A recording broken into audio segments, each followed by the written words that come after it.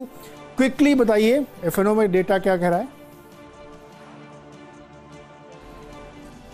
नीरज जी, अगर आप एफएनओ का डेटा का देखें तो इसमें क्लियरली अगर आप देखें बाजार दो भागों में बटा हुआ था और एक था आईटी की स्ट्रेंथ, बैंक्स की वीकनेस, एनबीएफसीज की वीकनेस और रिलायंस की अगर आप देखें स्ट्रेंथ, और साथ ही साथ अदानी ग्रुप के जो स्टॉक्स हैं स्पेशली अदानी एंटरप्राइज उसकी स्ट्रेंथ है। मैं रोलओवर पेश करना चाहूँगा आपको। अगर आप देखें सेक्टोरियल आधार पर, अगर आप सेक्टर के आधार पर देखें तो सबसे स्ट्रांग रोलओवर इस वक्त अगर किसी स्पेस में खड़ा है आज की तारीख में तो वो है 26% टेलीकॉम में।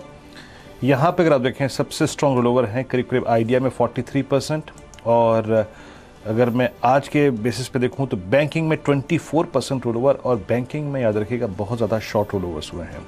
सबसे बड़ा पीएनबी में है, उसके बाद अगर आप देखें तो लगभग बैंक ऑफ बड़ौदा में, उसके बाद लगभग आप समझ लीजिएगा कि आरबीएल में, एचडीएफसी बैंक में, आईसीआईसीआई बैंक में। तो बैंक्स में रोलओवर्स काफ़ी आप देखें शॉर्ट हैं। और अगर आप आईटी के रोलओवर्स देखें तो बहुत स्ट्रॉन्ग आईटी में टोटली अगर आप देखें तो करीब करीब 22% रोलओवर हुआ है। आज भी अगर आप देखें 9.1% एवरेज प्राइस अगर आप देखें यहाँ बढ़ा। और सबसे स्ट्रॉन्ग रोलओवर्स अगर आप देखें आईटी में है तो वह है फर्स्ट सोर्स में लगभग 39%, कोफोर्ज में 28%, इन्फोसिस में 33%, टीसीएस में अगर आप देखें 27% और परसिस्टेंट में लगभग 25%। तो क्लियरली स्ट्रेंथ नेक्स्ट वीक के लिए कैरी करता हुआ आपका अगर आप देखें आईटी एसेंचर के नंबर्स आए और उनके नंबर्स के बाद से जो आग लगी इस स्पेस में अगर आप देखें तो वो काफ़ी अच्छी खासी थी।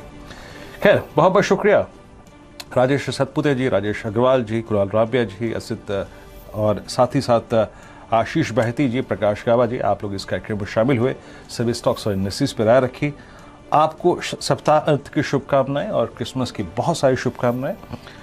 ईश्वर यहाँ से ये साल जो अगला एक साल रहेगा बहुत मंगलमय रखे आप लोगों के लिए। इन्हीं शुभकामनाओं के साथ अभी सभी को अलविदा कहते हैं। सोमवार की सुबह आप लोगों से फिर मुलाकात होगी और अभी एक छोटे से अंतराल के बाद, एक ब्रेक के बाद मैं और नीरज जी फिर उपस्थित होंगे।